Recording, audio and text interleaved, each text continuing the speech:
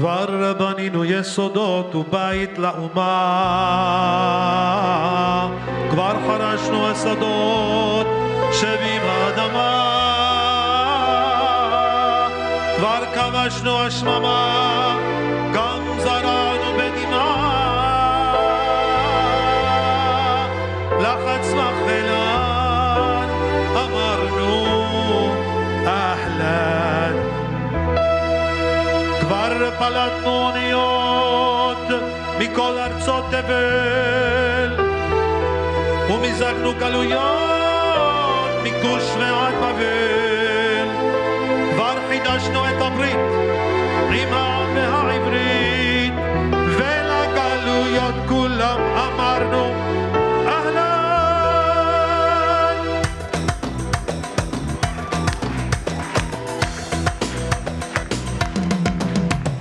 אהלן וסהלן, ספר לי מה נשמע, אהלן וסהלן עם כל הנשמה, התבגרנו יא חביבי, איך הזמן עובר, אהלן וסהלן, מה טוב להיזכר. Let's get our hands together everybody.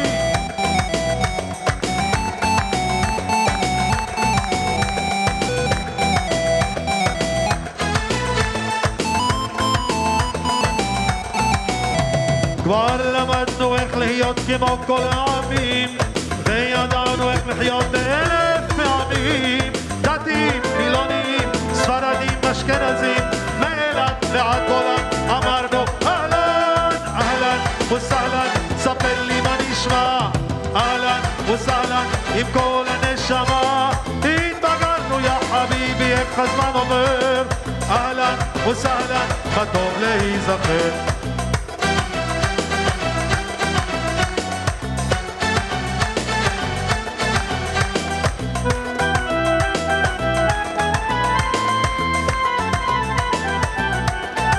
אהלן וסהלן, ספר לי מה נשמע, אהלן וסהלן עם כל הנשמה, התבגרנו יא חביבי, איך הזמן עובר, אהלן וסהלן,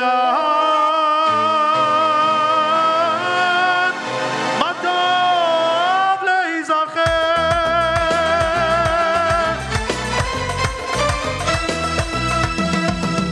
Thank you very much for the warm introduction. Welcome to this big Sephardic conference celebrating our culture, our history, our identity, and our minhagim, and all that goes along with it. Ahlan wa sahlan is a kind of an international way of saying welcome in the Mizrahi and Sephardic world. We, as Sephardim and Mizrahim, whether we come from Morocco or Syria, or Bukhara, or Iran, or Iraq, or Yemen, or we love to sing. How many of you love to sing on Shabbat? How many of you here are from high schools in Brooklyn? How many of you here are from high schools in the Bronx?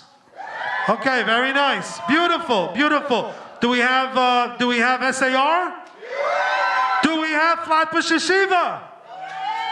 So we don't just stop singing on Shabbat when it ends. We continue singing into Motzei Shabbat. Maestro, let's give them a Motzei Shabbat.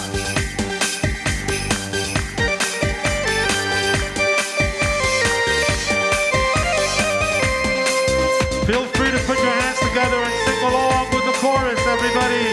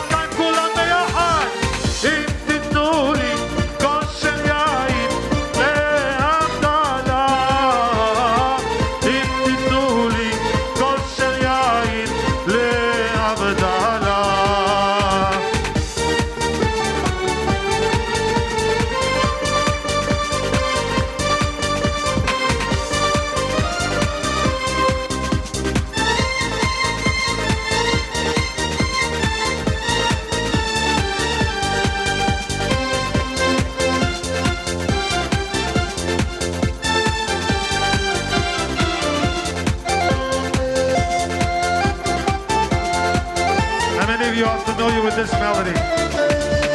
על הדרך של מיכאל, על הסיידרה, גבריאל, איתו לקבסה, שכינתל, גדדיה, איתה דענות, שליחנו לחמדת לבבי, אליהו הנביא, הוליך לחמדת לבבי, אליהו המבדיל בין קודש לחול חטאותינו, הוא ימחול זרענו וחספנו, ירבה כחול ככוכבים בלילה, ביחד לכבוד חמדת לבבי, אליהו.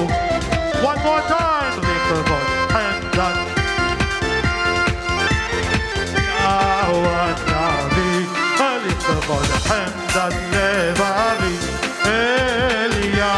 A little louder, one more time, לכבוד חמדת לבבי, אליהו הנביא, לכבוד חמדת לבבי, אליהו. אוי, לכבוד חמדת לבבי, אליהו. אליהו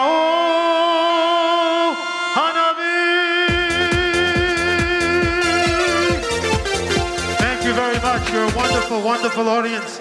I want to say thank you to all the people who have worked very hard to make today possible.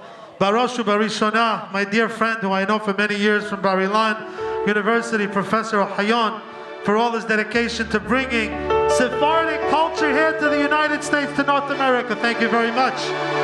Second of all, and third of all, my dear colleagues, Mrs. Sarina Rofeh and Mrs. Drora Arusi, who were working with me hand in hand to make this happen. Thank you both. And all the people that were with you that I forgot or didn't mention. Thank you to everybody, and thank you to Hashem. What we would like to demonstrate now, this is an academic conference, so we did a little bit of entertainment, but now we want to demonstrate some academic content.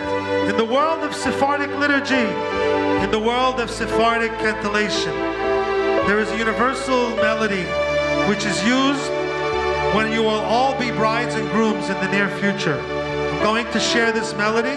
It's called the Baracha Acharita of a Chuppah Sfaradit. Thank you, Maestro. Baruch atah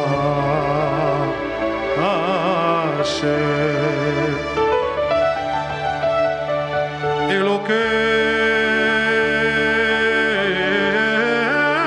Elokeinu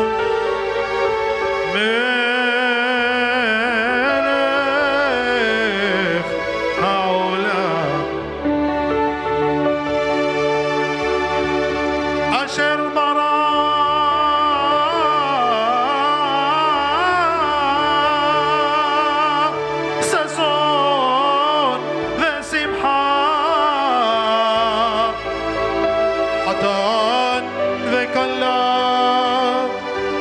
גילה רינה תצא בחדווה אהבה ואחווה ושלום ורעות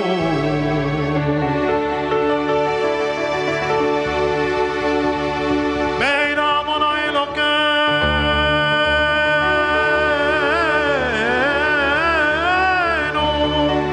להישמע בערי יהודה ובחוצות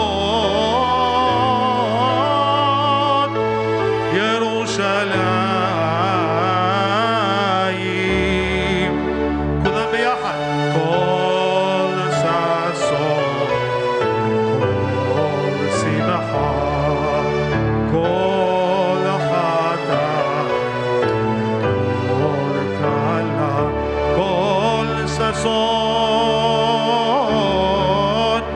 וכל שמחה כל חתן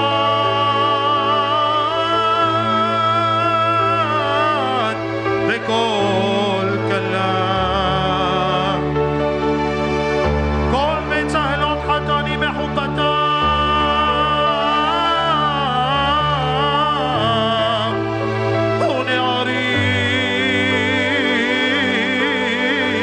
ונערים במשתה נגינתם ברוך אתה אדוני משמח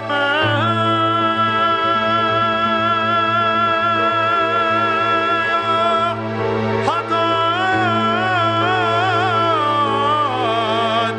עם הכלה. Thank you, Maestro. Thank you all. Now that we sang for the bride and groom, I'm going to dedicate a special song that is sung in the chuppah very often in many different Sephardic communities and Mizrahi communities. Special song for the welcoming of the kala. Morai v'Rabotai, the words for this song are taken from the Ketubah del Alei. Does anybody know what the Ketubah del Alei is? Ketubah del Alei is the Ketubah that we read in different communities on Shavuot. And it describes the marriage between Bnei Israel and HaKadosh Baruch Hu. And the paradigm for that marriage is the bride and the groom that are under this chuppah. Yara dodi legano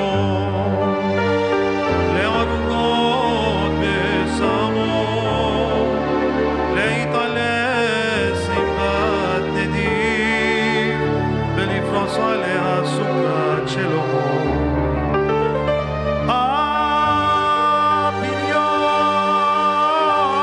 הבניון עשה לו המלך שלמה ביום חתונתו וביום שמחת ליבו ישמח חתן עם לב קלה לקחלו לגורלו ותשמח הכלה בבעל נעוריה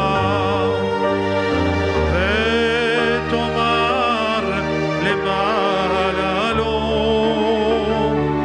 ותאמר לבעלה לו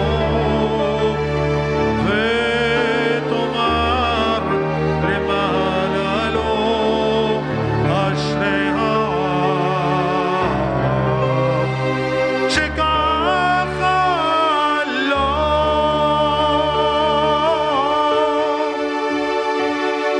Thank you. In the name of equal opportunity, we sang for the bride, and now we are going to sing a very famous Mizrahi tune, which is sang for the groom. And you're going to all probably know this one. Yismach Yismach Hatani. Very good. Here we go.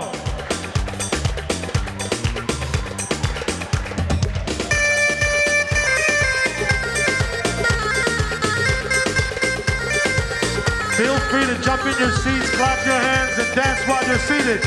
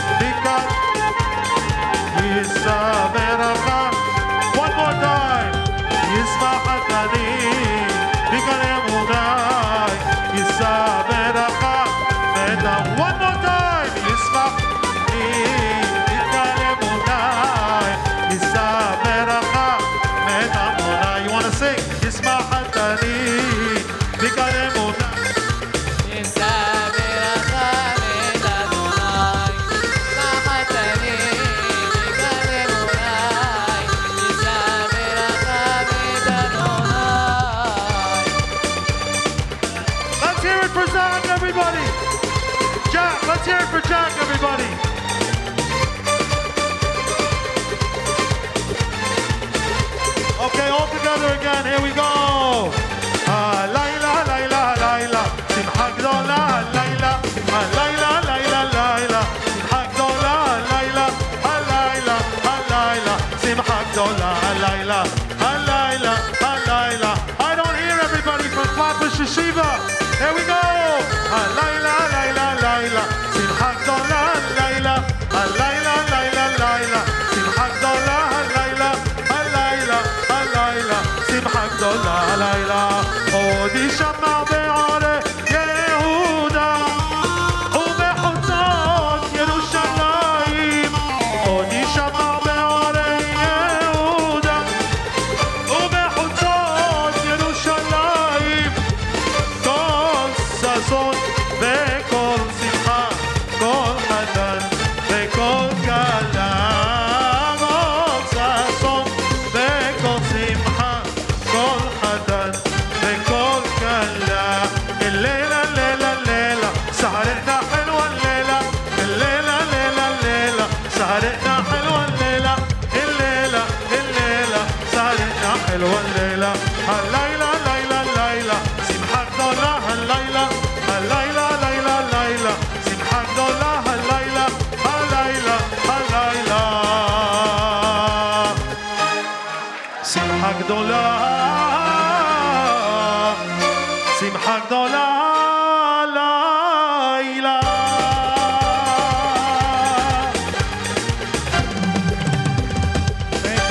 Thank you very much for the participation of the audience. You guys are wonderful. So what I'm trying to do, in case you haven't figured it out yet, is I'm trying to mix a little Sephardic and Middle Eastern entertainment with academic content. So we had a little entertainment, now we go back to the academic content, right? It's kind of like putting sugar in the milk so that the kids will drink it. But you're all a wonderful audience and you're learning beautiful. There is a very famous tefillah which most Sephardim recite every Friday night after Arbit. After the Arbit prayer, they recite this little poem. There is a minhag in the Syrian community of Aleppo in Brooklyn to skip it. They skip it. But it's in the Siddur, which means that they're not supposed to skip it. But all the other communities from Egypt and from Lebanon and from Damascus and from Morocco and from Turkey and from Greece, they all recite this beautiful poem. You're gonna recognize it in a moment.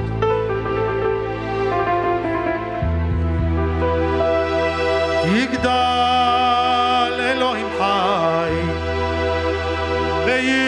וישתבח נמצא וגם אין סוף אחד בן יחיד כייחודו לעולם וגם אין סוף לאחדותו אין לו דמות הגוף ואינו גוף לא נערוך אליו קדושתו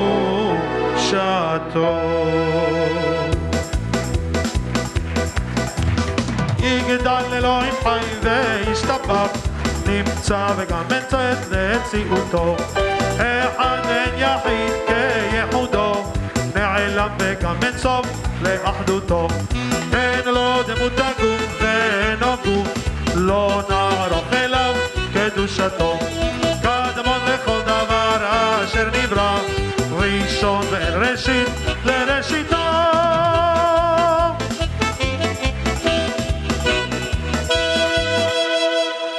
Of course, those are just two melodies. There's a third melody which is probably more popular. You could take it away for us, Maestro. The third melody of Yigdal.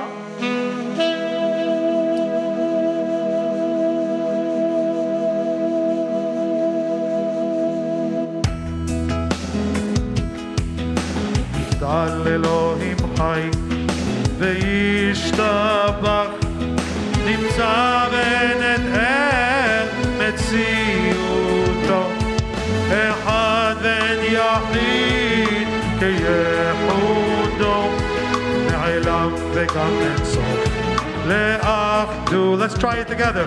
יגדל אלוהים חי וישתבח נמצא ואין את אל I don't hear you אחד בן יחיד כייחודו נעלם וגם אין סוף לאחדו. One more time all together. יגדל אלוהים חי. Beautiful. נמצא ואין את אל מציאותו אחד ואין יחיד נעלם וגם אין סוף לאחדותו אין לו דמות הגוף ואינו גוף לא נערוך אליו קדושתו קדמון לכל דברה אשר נברא ראשון ואין ראשית לראשית. All together יגדל יגדל אלוהים חי ישתבח נמצא ואין את אל מציאותו אחד בן יחיד כייחודו נעלם וגם אין סוף לאה. One more time all together. יגדל אלוהים חי וישתבח נמצא ואין את אל חודו אחד בן יחיד כייחודו נעלם וגם אין סוף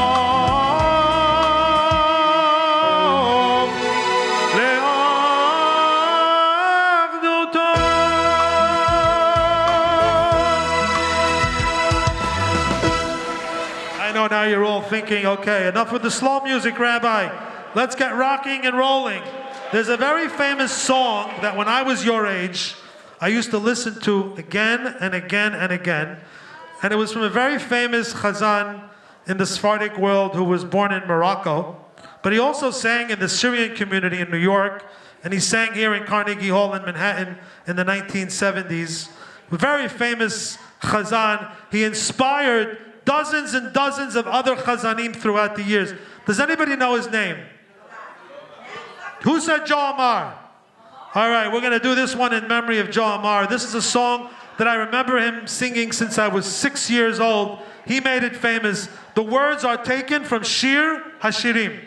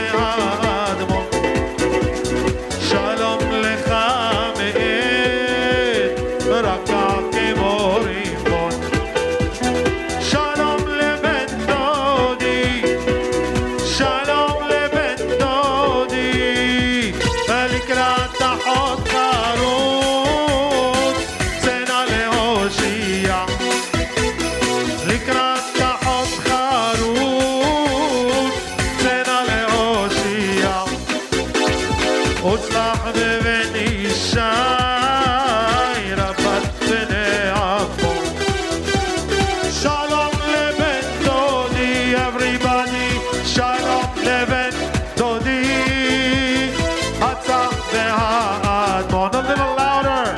שלום לבן דודי, הצח והאדמון. שלום לך ועת רכה כמו רימון. Here you go, one more time. שלום לבן דודי, רצה והאדמון. שלום לבן דודי, רצה והאדמון. שלום לך לבן, חזק כמו רימון. ושלום לבן דודי. חזק וברוך תהיה, חזק וברוך. ביחד. שלום לבן דודי, הצח והאדמון. שלום לבן דודי, הצח והאדמון. שלום לך ועת רכה כמו רימון. שלום לבן דודי. שלום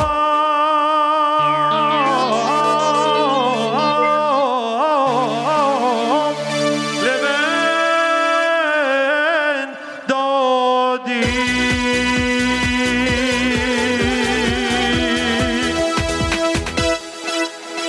Thank you, Maestro. I want to say thank you to my sound tech in the back. I want to say thank you to my Maestro, Aryeh, who's with us today. I want to introduce a very, very important Sephardic poem, which is not well known in many communities, but it is well known in the Ladino-speaking community and amongst Moroccan Jews with Spanish influence. And the song actually binds all the Jewish people. It actually binds all the Jewish people. And this song is our final song of the performance. And the reason I chose it is because the diversity of the Sephardic Jews and the Mizrahi Jews and even the Ashkenazi Jews is wide and vast. But we are all united, and our strength comes from unity.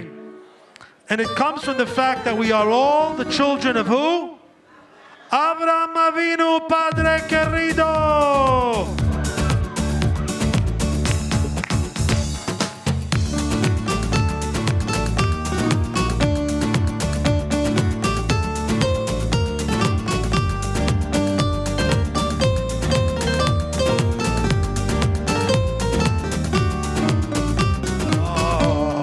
Cuando de Nimrod al campo salía, miraba en el cielo y en la estería, vido luz santa en la judería, que había de nacer Abraham Avinu. Abraham Avinu, Padre querido, Padre bendito, luz de Israel. Abraham Avinu, Padre querido, Padre bendito, luz de Israel, ole, ole.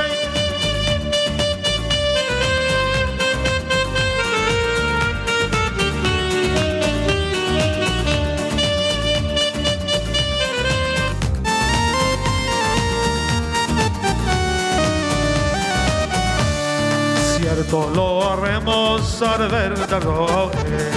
Saludemos al compadre y a Moed, que por su zehut nos venga el Goel y rihma a todo Israel. Abraham Avinu, Padre querido, Padre bendito, luz de Israel. Viajad, Abraham Avinu, Padre querido, Padre bendito, luz de Israel. One more time.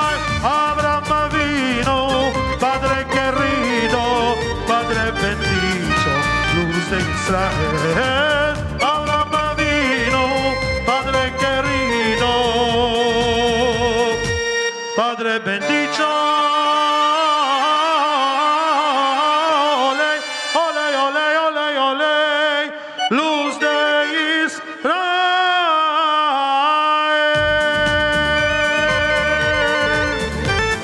Toda rabba lekulam. Thank you very, very much, Mrs. Arusi.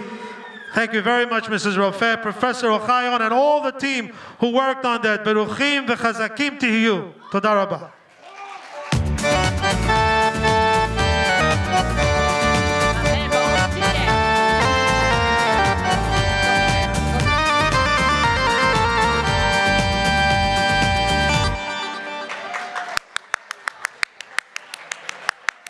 Now we're all wide awake and very excited for our next presentations, which are our student presentations. There we go. So I would like to call up Hillel and, what? Sam? Sam from Hillel? Okay, Sam. I would like to call up Sam. I don't know.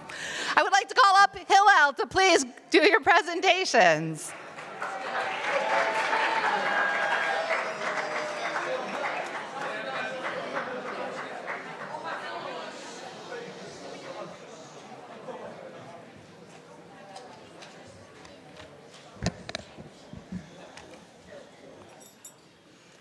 Good afternoon. My name is Mimi Levy, and thank you for giving me the honor of speaking today about my great-great-grandmother, Mary Hidayah, Halav Shalom. She was born Mary Namer in Aleppo, Syria in 1902. She had always been incredibly bright.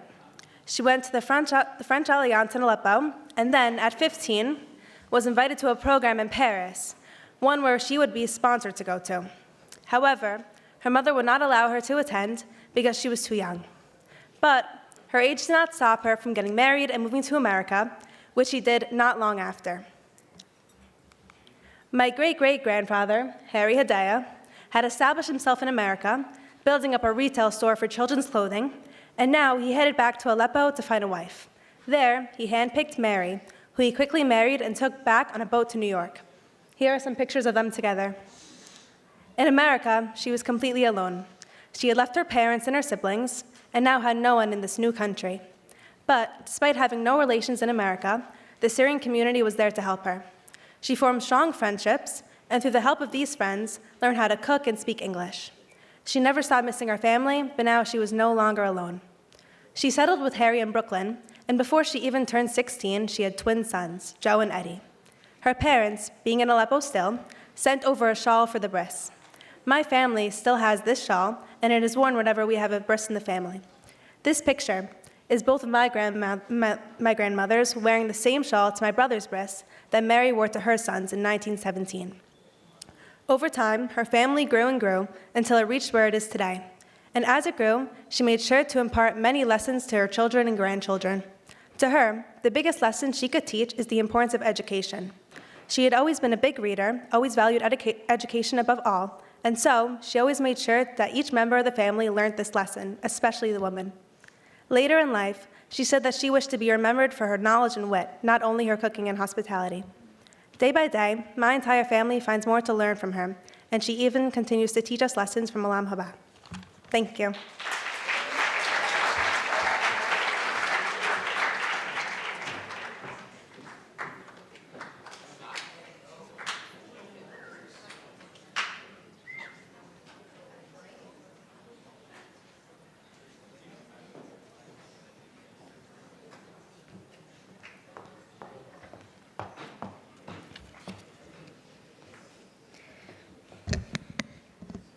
Hi, my name is Daisy Estes, and today I'll be sharing my heritage about my great-aunt Arlette, who's my mom's aunt.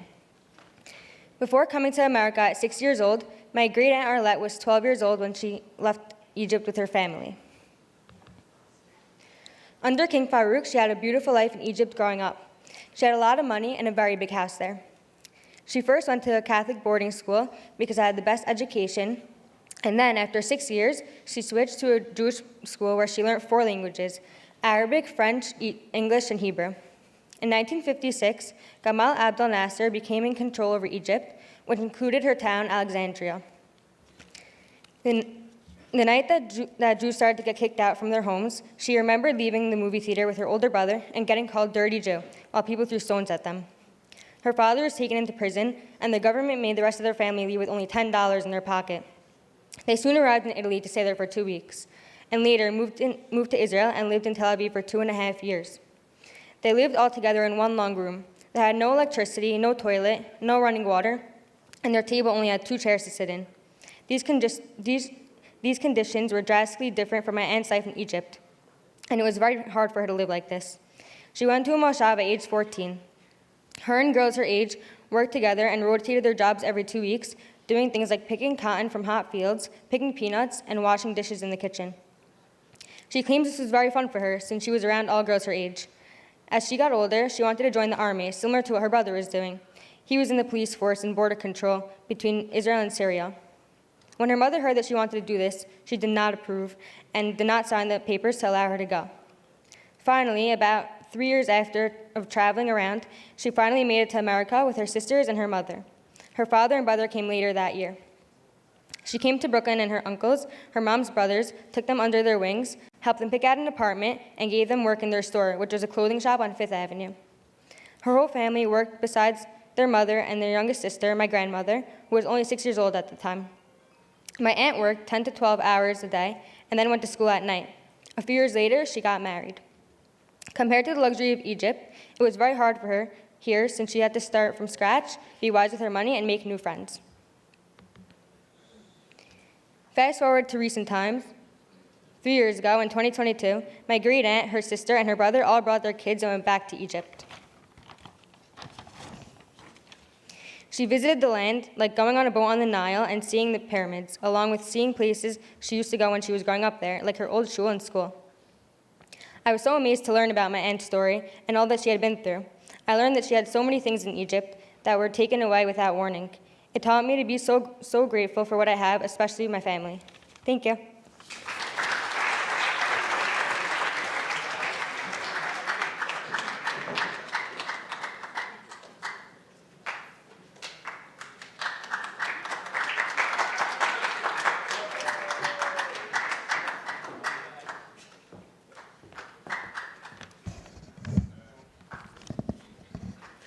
Hi, my name is Joy Cohen. I would like to take the honor to speak about my great-grandfather, Abraham Nisi Mizrahi.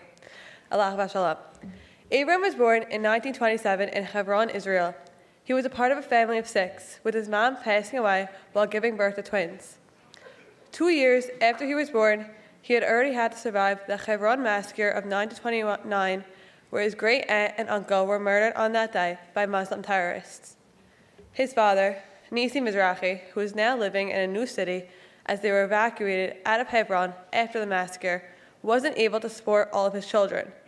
This left him with no choice but to split his family apart.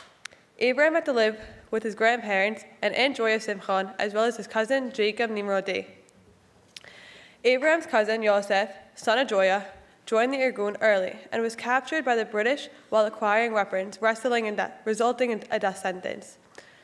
The Irgun, threatening gallows with gallows, captured British officers, leading to Yosef's sentence being reduced to life imprisonment. A year later, he was freed by the Irgun and returned to fighting, inspiring my great-grandfather's involvement in the Irgun.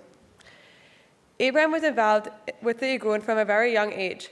He was a combat soldier at the age of 17.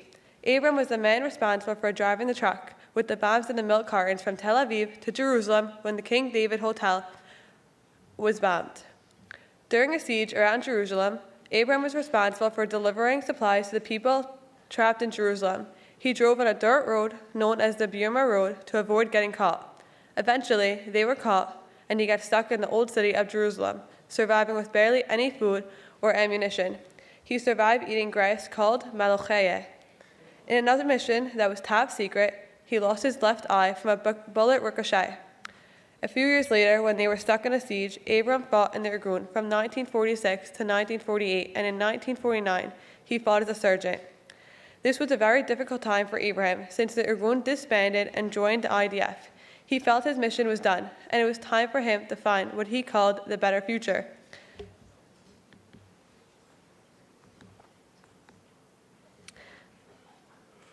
This picture is where he handed the flag to Menachem Begin at the ceremony where the Irgun disbanded and he officially joined the IDF. During the Altalena, we see my great-grandfather reading his newspaper in Tel Aviv, with the Altalena blowing up in the background. The Altalena was filled with ammunition that the Irgun had ordered before the establishment of the State of Israel. When Menachem Begin, the Irgun leader, wanted to bring it into Israel, but Ben-Gurion was afraid that the Irgun was trying to take over the country and lead. Ben-Gurion decided to shot at the boat and killed many Irgun members. It was a disaster. All the ammunition caught on fire. At the age of 25, Abraham left Israel and emigrated to New York and traveled to San Francisco with barely anything but a suitcase, with little to no money. He left by boat in harsh conditions. In San Francisco, he had a job opportunity with his cousin and a green card and someone to marry. Although he had now started a new life in America, he often traveled for the summers since he loved the land from the bottom of his heart. Here we see Abraham's birth certificate, his passport, and him sitting at Rabbi. Thank you.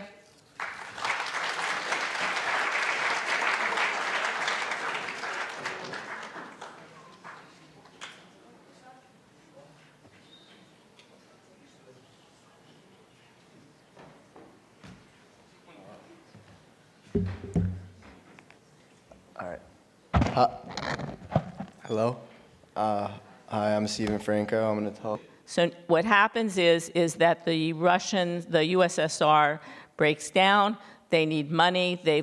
Syria has lost military and financial protection from the USSR, and a committee forms in Brooklyn to heavily lobby, because every conversation with Assad was, we want money, and they would say, let your Jews go. And finally, in April 1992, Assad says that the Jews can leave, and now you have to deal with settlement, okay? You have 4,500 Jews in Syria who are all coming by plane loads, financed by Safra, Edmond Safra. He paid lots and lots of money for the plane tickets for those people to come to the United States.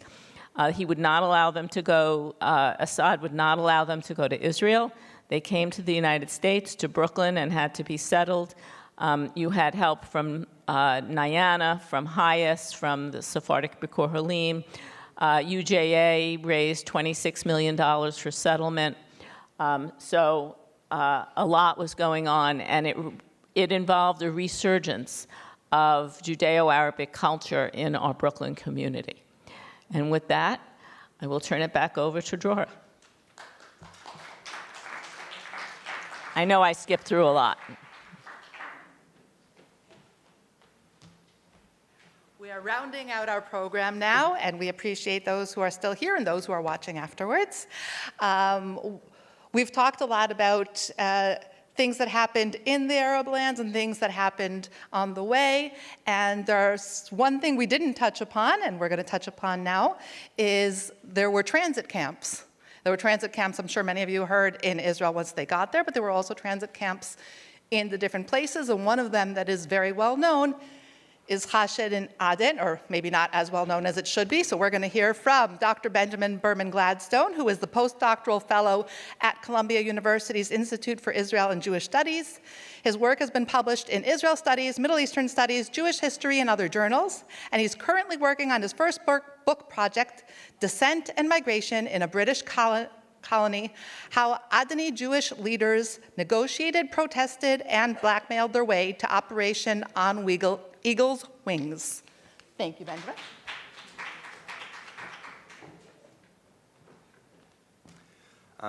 Thanks so much, Dr. Arusi. Thanks to all the organizers, and thank you to everybody who is hanging around. This is a long day, and I really appreciate your commitment to this learning. I also actually wanted to especially thank, and maybe they're all gone now, but the students who presented. I was really moved by many of these presentations, not only because the content is remarkable and the work that they've done is amazing, but also because this history, these experiences, have really been systematically erased. And I'm coming from academia. There's a really systematic and political process of erasure. So these students are really speaking truth to power by learning and understanding these stories. And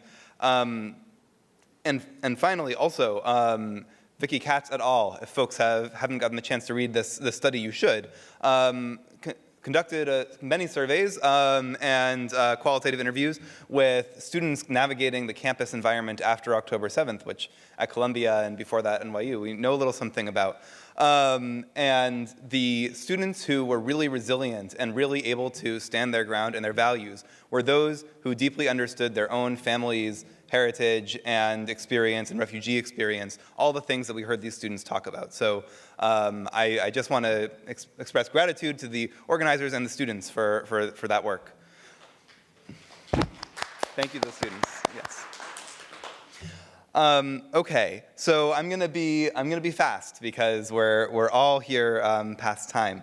But I want to start us off today with March 1947, when the British colonial police did a sweep of the Jewish quarter and rounded up as many Yemeni Jewish refugees as they could. Many were sleeping on the streets, living very hard lives in the Jewish quarter. And the remarkable thing that happened in March of 1947, which the British police were not prepared for, was that Adani Jewish families took in Yemeni refugees off the streets. And there was division between Adani and Yemeni Jews in many ways. And often Adani Jews even looked down on Yemeni Jews. They'd been living in a British colony sometimes for generations and were living more modern lives, more equal lives, often wealthier. And it was not simple between these Jewish communities. But nevertheless, when the chips were down and the British police came to round up one group of Jews, these poor refugees who were competing for low-paying jobs, it wasn't simple. Adani Jews opened their doors and their cellars and hid their Yemeni Jewish co-religionists en masse, on a dime. And this is, these stories, which are generally erased, are, I think, a missing and really important component of the larger story of Middle Eastern and North African Jewish migration, emigration, expulsion, and also eventually migration to Israel. I want to quickly give you a map. This is Yemen and Aden. On the bottom here it was a British crown colony. It was separate from Yemen at the time. Now it's part of Yemen insofar as there is a Yemen. But it existed meaningfully separately. And I want from this story to give you three basic conclusions. First, the danger that Yemeni Jewish refugees found themselves in even after they arrived in British Aden, not only in the Islamic monarchy of Yemen, the Imamate of Yemen, but also in the British crown colony of Aden. The danger was severe. The second point that I want to make is the determination of these Yemeni Jews was such that they overcame those challenges in order to reach their homeland. They were, even though it wasn't easy and they knew it wouldn't be easy, they made the journey. And three, the secret ingredient that made the whole thing possible was the essential solidarity among Jews. Even though Adani Jews sometimes looked down on Yemeni Jews, when the chips were down, they would step in to save their siblings. We see this solidarity again and again and again. It's the stuff of Zionism. When we define Zionism, we usually use an inadequate term borrowed from the lexicon of modern Europe, nationalism. Zionism is often defined as a kind of Jewish nationalism. But the bonds of solidarity and mutuality among Jews are something deeper than that and much more ancient. At one point in 1946, the British colonial regime resolves to count the refugees in Aden and embarked on a comb-out, finding when they did an astounding 2,800 undocumented Yemeni Jews. The established residents of Aden's Jewish quarter were at that time hiding a refugee community of more than 50% their own numbers. They could easily have informed on them to the government, but they didn't. Thousands of Adani Jews chose not to report the presence of their refugee co-religionists, even as they filled the streets, competed for low-paying jobs, and took resources from the communal coffers. This is an amazing act of tacit but grassroots resistance to the colonial deportation project. My research into the Yemeni Orphans Decree, which we heard about from Mr. Saliman, suggests another instance of grassroots solidarity among Jews in Yemen. The Orphans Decree, as we heard about, we heard an example of one student's family, I think his Safra, whose life was really ruined by the Orphans Decree, really destroyed. But this was a terrible ordinance that called for the forcible conversion to Islam of Jewish orphans, including Jews with one dead and one living parent, especially a dead father and a living mother. Conversion was often a violent process, in which children were seized from their homes and were sometimes tortured or forced into marriages. A vast network of Yemeni Jewish leaders rose up to save the orphans, smuggling them out of the country and to Aden, so that they could eventually reach true freedom in the Yishuv and then Israel. In my research, I've found some documents that attest to what the anthropologist James C. Scott would call a popular culture of resistance to the orphans' decree. In 1929, a young man by the name of Yisrael Yeshayahu Sherabi, who would later serve as Speaker of the Knesset, determines to make Aliyah, even though doing so would require a long and perilous journey on foot from Sana'a to Aden. In his memoir, Yeshayahu writes that two of the community's rabbis asked him to take with him on his journey a few of the orphans who were threatened with forcible conversion. Yeshayahu thought they would give him money for the trip. But instead, they said to him that every time he arrived in a Jewish community, the locals would surely help him. In other words, he was just going to show up without warning, and the people along the way could be relied upon to defy government orders and risk their own safety to help the orphans. And indeed, that's what happened. Every time he arrived in a Jewish community, they would give food and refuge to the orphans. This is what scholars call a conspiracy of silence. In other words, what's so amazing is not just that there was someone in every Jewish community who was willing to donate a little food and offer some shelter, fine. What's so amazing is that there was no one in any Jewish community who would turn in their fellow Jews. In a data set from October of 1945, there were more than 100 widows in Aden with their orphan children. These women had likely done something similar to Yeshayahu, depending on that underlying solidarity among Jews, which was vindicated again and again.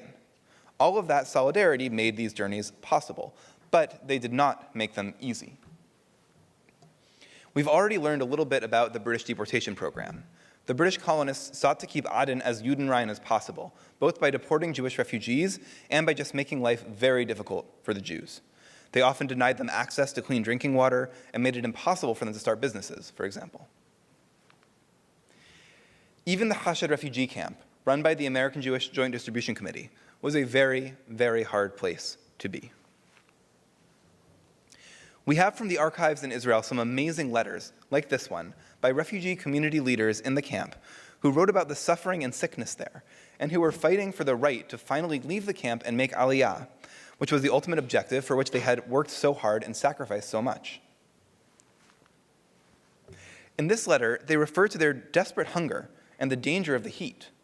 Eventually, toward the end of 1948, there was even a rebellion against the camp administration. The Hashed camp director from the American Jewish Joint Distribution Committee even called the British police. The camp staff wanted to lay a trap for the refugee leadership, turning them over to the British for arrest and deportation, and thereby decapitating the refugee resistance. The result was a 4-hour standoff until the police threatened to open fire into the protesting crowd. They arrested 17 people. The Adani Jewish leaders, though, intervened. They managed to negotiate for the release of most of the detainees. This incident demonstrated just how severe the conditions were in the camp. They were willing to take these risks to try to make things better. But despite the terrible conditions, despite the perils of the journey, despite the loss in material goods and the danger to life itself, Yemeni Jews kept coming. They knew about these conditions because there were letters from the Yishuv in Israel to Yemen telling them all of these things. So every story we might hear about the horrors of the journey becomes further testament to their determination to make it to the land of Israel. In this determination, the masses of Yemeni Jewry were caught in a constant struggle of wills with the British Empire. Hundreds of refugees were rounded up in 1949. Once again, it was the Adani Jewish leadership that stepped in to rescue them. There were sudden border closures, which stranded the refugees to die in the protectorate, and hundreds did die. My research suggests that the British permitted the sultans whom they controlled in the Aden protectorate, which interposed between Yemen proper and the Aden colony, to exploit the Jews. The British were deeply invested in road security. They allowed the sultans they sponsored in the Aden protectorates to abuse and tyrannize their peoples in all kinds of ways, and they even tolerated a certain amount of disobedience from their clients on many issues. But they needed the roads to be very secure for two reasons. One, the roads facilitated the economic colonization of the protectorate by the colony, and two, it was via the roads that the British could send out troops and exercise martial control over the whole territory when they wanted to. The upshot was that the Sultan could murder and enslave as much as he wanted to, but he could not levy an unauthorized road toll. These are a couple of those sultans. In the Jewish case, though, there was an unusual exception. As Jews passed through, the sultans did levy tolls and actually took everything the Jewish refugees had. From this contextual look, it is clear that the large-scale plunder of Jewish refugees, robbery from the Jewish perspective, and taxes from the British perspective, that stripped the Jews even of those small movable properties that they had managed to bring with them across Yemen, was part of the British program. In at least one case, and probably the right to emigrate. Ultimately, that same man who we referred to earlier, Yisrael Yeshayahu Sherabi, who trekked across Yemen with those orphan children, witnessing firsthand, but also building through his actions, that sense of solidarity, that willpower, that spirit of Yemeni Jewry. Ultimately, he played a major part from the Israeli side in making the mass aliyah, Operation On Eagle's Wings, happen. There was no future for the Jews in Yemen or in Aden. Many of the remaining Yemeni Jews would flee under conditions of war and terror in the next several years, and Jewish life in Aden was essentially concluded with the British withdrawal in 1967. But as planeload after planeload of Yemeni and Adeni Jews arrived in Israel, they had a chance to begin anew. Thank you.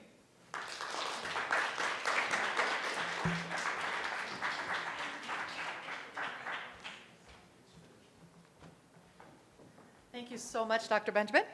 And thank you all for coming and for staying. And I'm sure you don't regret it, because I know that till the last moment, I was excited to hear it. So I look forward to seeing you in future programs, and I do look forward to your feedback as well. So please do tell us, write us.